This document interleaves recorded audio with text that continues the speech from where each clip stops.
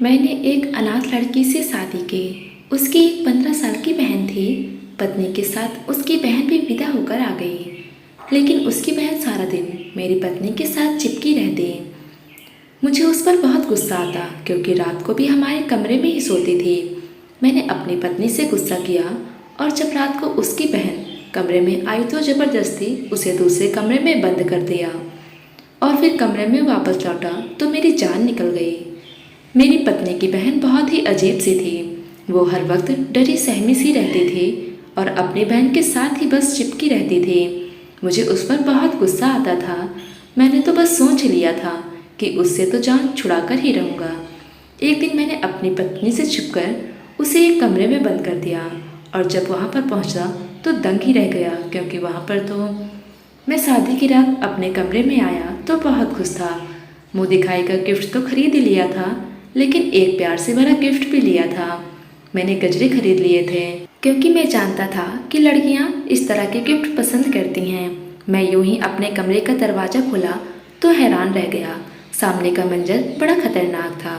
मेरी पत्नी की 15 साल की बहन उसके साथ चिपक कर बैठी थी और रोती चली जा रही थी। यह रोना कोई आम रोने वाला नहीं था, बल्कि जोर जोर से रो रही थी। उसे देखकर मैं परेशान हो गया था।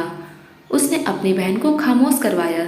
मैं आगे बढ़ा और बोला, रेखा क्या हुआ इस बच्चे को? इसकी तबीयत तो ठीक है ना? जी ठीक है, परेशान हो गई है कि मैं अपनी नई जिंदगी शुरू करने जा रही हूँ, तो इसका क्या होगा? मेरा दिल दुख गया था। मैंने आगे बढ़कर रूपा के सर पर हाथ फेरा और बोला कि तुम परेशान मत हो। अगर तुम रेखा की बहन हो तो मेरी भी बहन हो। तुम इसी घर में हमारे साथ रहोगी। मुकेश बोले, रेखा तुमने ये बात रूपा को नहीं बताई थी क्या?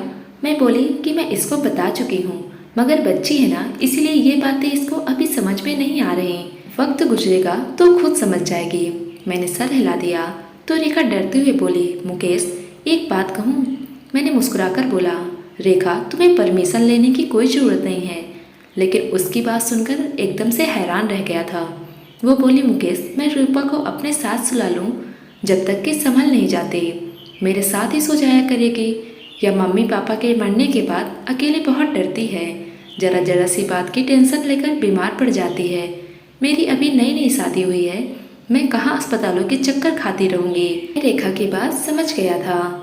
मैंने कहा, ठीक है, तुम दोनों बहनें इस कमरे में सो जाओ, मैं दूसरे कमरे में चला जाता हूँ।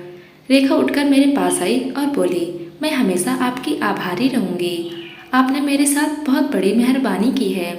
मेरी आपसे गुजारिश है कि आप घर में किसी को भी मालूम न होने दीजिएगा कि आप दूसरे कमरे में सो रहे हैं। आप फिक्र न करें, जल्दी से ही रूपा ठीक हो जाएगी तो अपनी जिद भी छोड़ देगी। मैं मुस्कुराकर बोला, तुम्हें टेंशन लेने की ज़रूरत नहीं है। मैं तुम्हारी मजबूरी समझता हूँ। वैसे भी कल तक मेहमान वापस लौट जाएंगे, फिर हम तीनों ही तो इस घर में रह जाएंगे। इतना कहकर मैं डरी सहमी सी रूपा पर नज़र डालकर बाहर निकल गया। रेखा को तसल्ली दे दिया था, मगर खुद को तसल्ली कैसे देता? मेरे दिमाग में बार बार यही सवाल आ रहा था कि क्या रूपा यूं ही हमेशा मेरी खुशियों के बीच आती रहेगी? मैंने हाँ करके अपना नुकसान तो नहीं कर डाला, मगर मैं बड़ी कोशिशों से अपने दिमाग से सारी बातें हटा दी थी।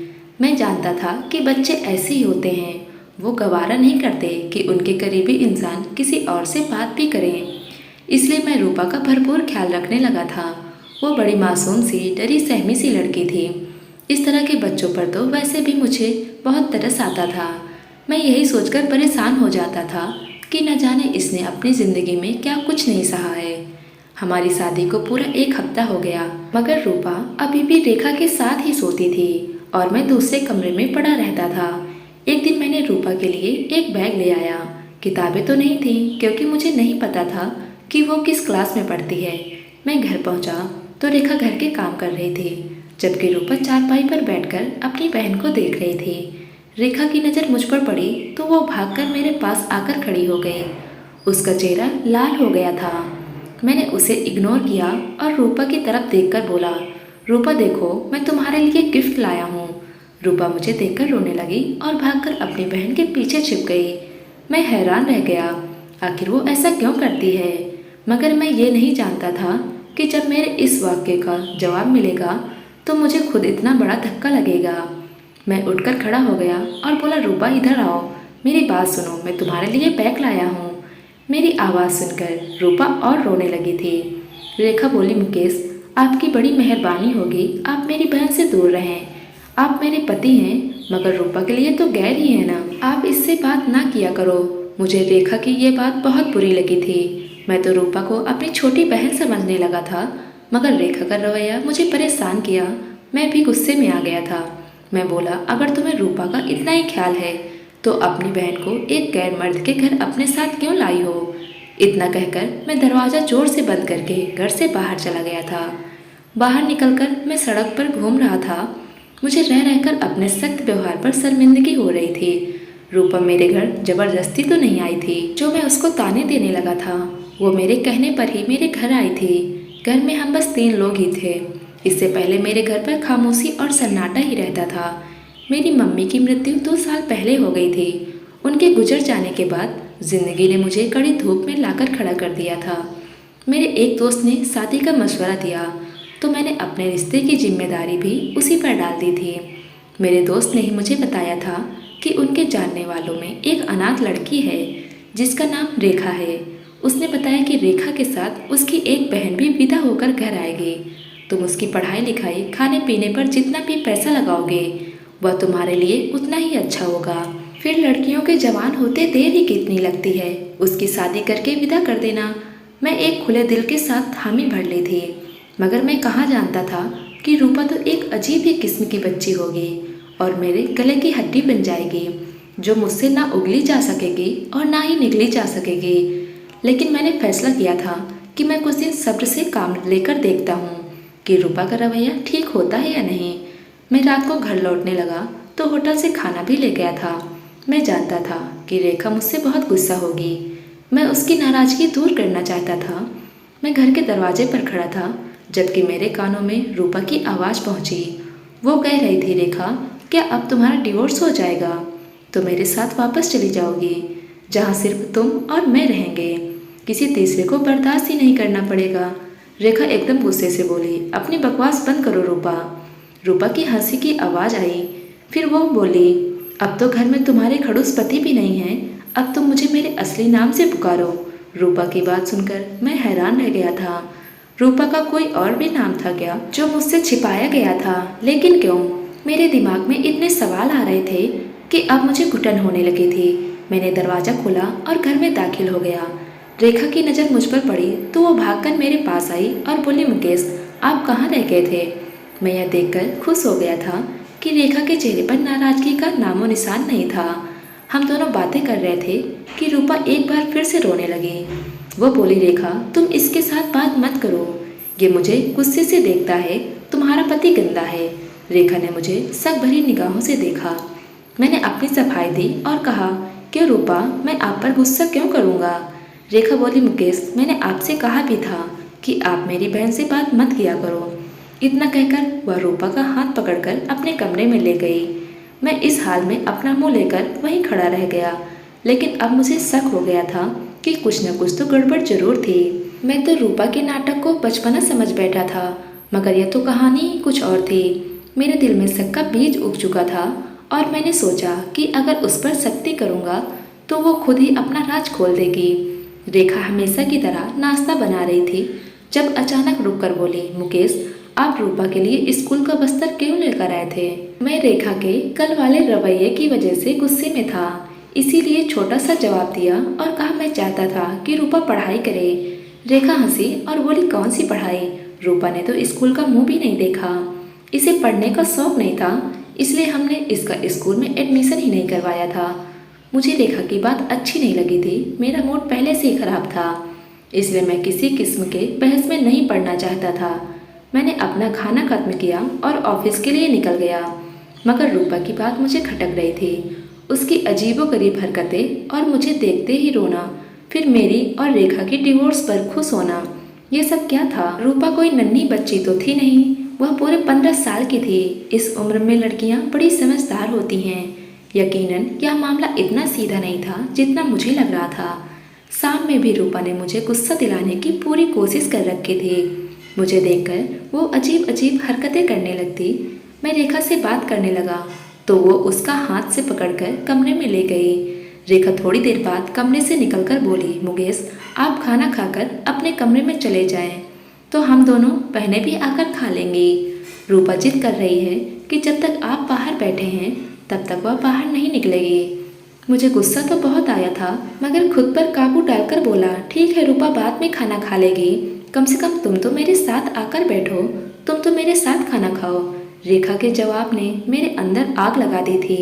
वह बोली, मुकेश आपको तो पता है ना कि रूपा कितनी जिद्दी है, घर में तूफान खड़ा कर देगी, इसीलिए आप मेरी बात मान लें। रेखा इतना कहकर कमरे में चली गई। अब मैं अपने गुस्से से बाहर हो गया था, खुद पर काबू ना पा सका और कमरे की तरफ बढ़ा। रेखा की आवाज़ आ रही थी। वह रूपा से कह रही थी, पापा के साथ तुम भी मर जाती, कम से कम मेरी जिंदगी तो बच जाती, ना जाने तुम मेरे किस पाप की सजा हो। मैंने दरवाज़ा खोलकर अंदर गया था और रूपा का हाथ पकड़कर खींचते हुए बाहर ले आया। रेखा भी बौखला गई थी। वो मेरे पीछे भागी और बोली, मुकेश आप ये क्या कर रहे हैं, छोड़िए मेरी बहन को, आप अपने होश में तो हैं। मगर सच बात तो ये थी कि मैं अपने होश में नहीं था। अगर होश में होता तो ये सब न करता।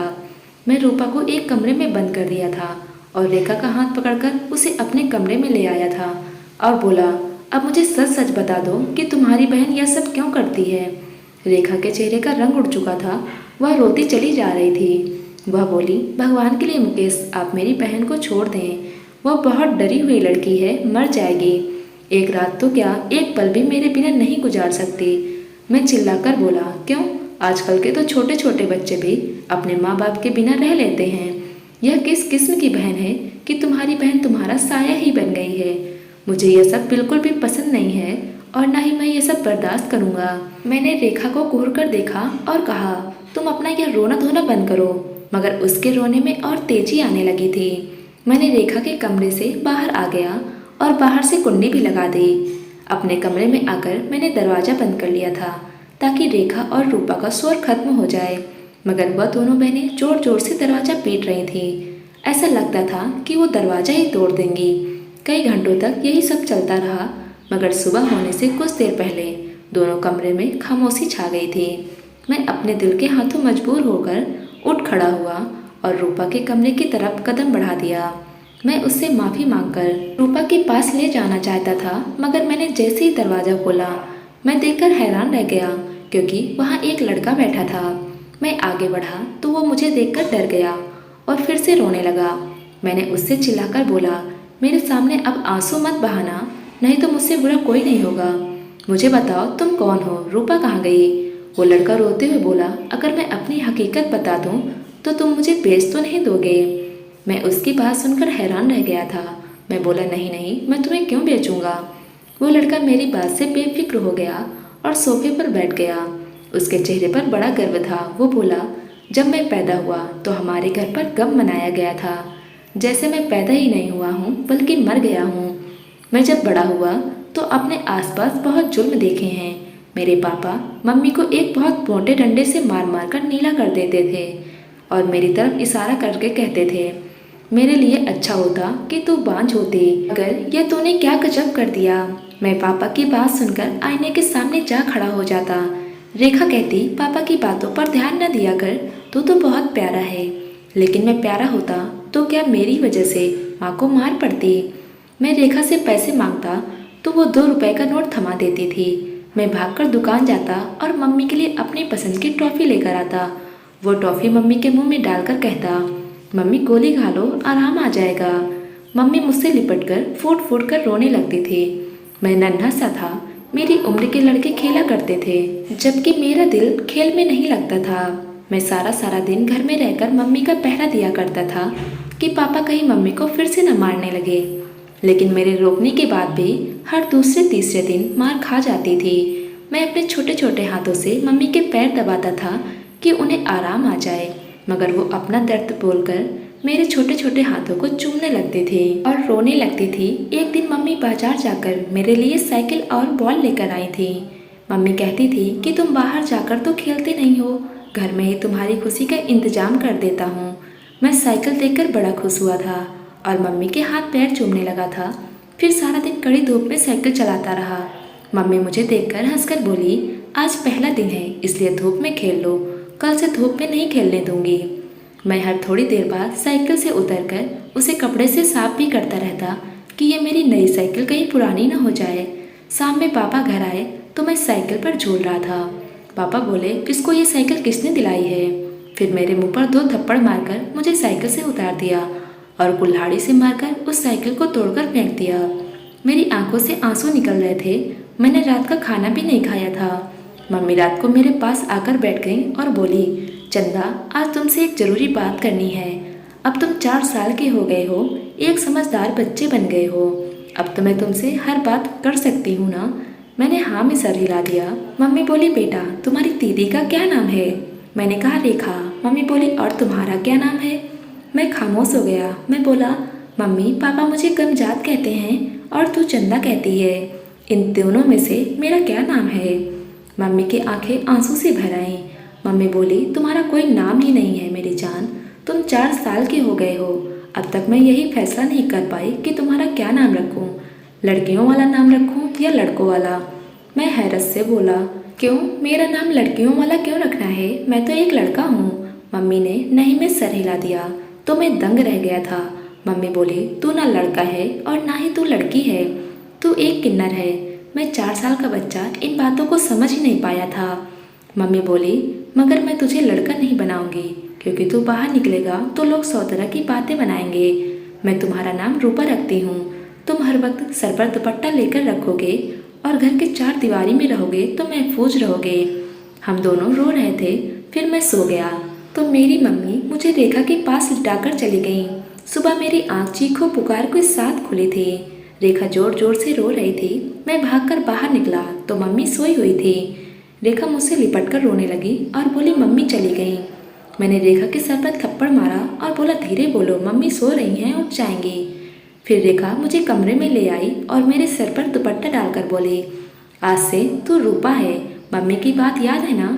मैंने सर हिला दिया था। 2 रुपए लेकर दुकान पर गया और मम्मी के लिए टॉफ़ी ले आया। वह टॉफ़ी जेब में लेकर घूमता रहा, मगर मम्मी उठती ही नहीं थी। सारे गांव की औरतें भी आ गई थी। फिर मम्मी को चारपाई पर लिटाकर ले गए और मैं पीछे पीछे भागा और बोला कि मेरी मम्मी को कहाँ लेकर जा रहे हो? छोड़ दो, मैंने तो उनके लिए टॉफ़ी ले रखी है। छोटा था ना, इसलिए किसी ने मेरी आवाज़ नहीं सुनी। मैं आदमियों की टांगें पकड़ पकड़ कर बोलता रहा कि मेरी माँ को नीचे उतार दो। सुबह से कुछ नहीं खाया है, उन्हें भूख लगी होगी। वह टॉफ़ी मेरे जेब में ही रह गई, मगर मम्मी नहीं लौटी। फिर एक दिन पापा भी चले गए तो हम चाची के घर आ गए। चाची भी पापा की जैसी ही जालिम थी। वह मुझे हर वक्त मारती रहती थी। अक्सर कहा करती थी, मैं तुझे बेच दूंगी, तुझे गुरु ले जाएंगे। तभी रेखा मेरा सहारा बनती थी। चाची का बेटा मेरा मजाक उड़ाया करता था। वो मुझसे कहता था कि तुम किन्नर हो, नाच कर दिखाओ। फिर वह और चाची बड़ा हंसते थे। फिर रेखा की शादी आपके साथ हो गई। आपकी तरफ देखकर भी मुझे डर लगता था कि कहीं आप मुझे गुरु के पास ना भेज दें। रेखा कहती थी कि आप अच्छे इंसान हैं, आप ऐसा नहीं करेंगे, मगर डर मेरे दिल में बैठ गया था। अब सब कुछ मालूम हो गया है। अब बताएं, आप मुझे अकेले कमरे में बंद नहीं करेंगे ना? मेरा चेहरा आंसुओं से भीगा हुआ था। मैं जल्दी से उठकर बाहर की तरफ भागा और रेखा के कमरे का दरवाज़ा खोल दिया। उसके कदमों में बैठकर माफ़ी मांगने लगा था। वह भी रो रही थी। मगर रेखा बोली, किस बात की माफ़ी? आपने तो हम बेसहारों का सहारा दिया है। फिर मैं और रेखा रूपा को दिमाग वाले डॉक्टर के पास ले जाने लगे। उसके दिमाग से बचपन का ट्रामा निकालना बड़ा कठिन था, मगर अब वो सही हो गई है। मैंने उसकी पढ़ाई भी शुरू करवा दी है और हम सब खुशगवार ज़िंदगी गुजार रहे हैं। और मैं खुद से वादा किया है कि उसका भविष्य रोशन बनाकर ही दम लूँगा। दोस्तों, उम्मीद करते हैं आज की कहानी आपको पसंद आई होगी। पसंद आई हो तो वीडियो को लाइक करें, चैनल पर नए हो तो चैनल को सब्सक्राइब कर लें। धन्यवाद दोस्तों।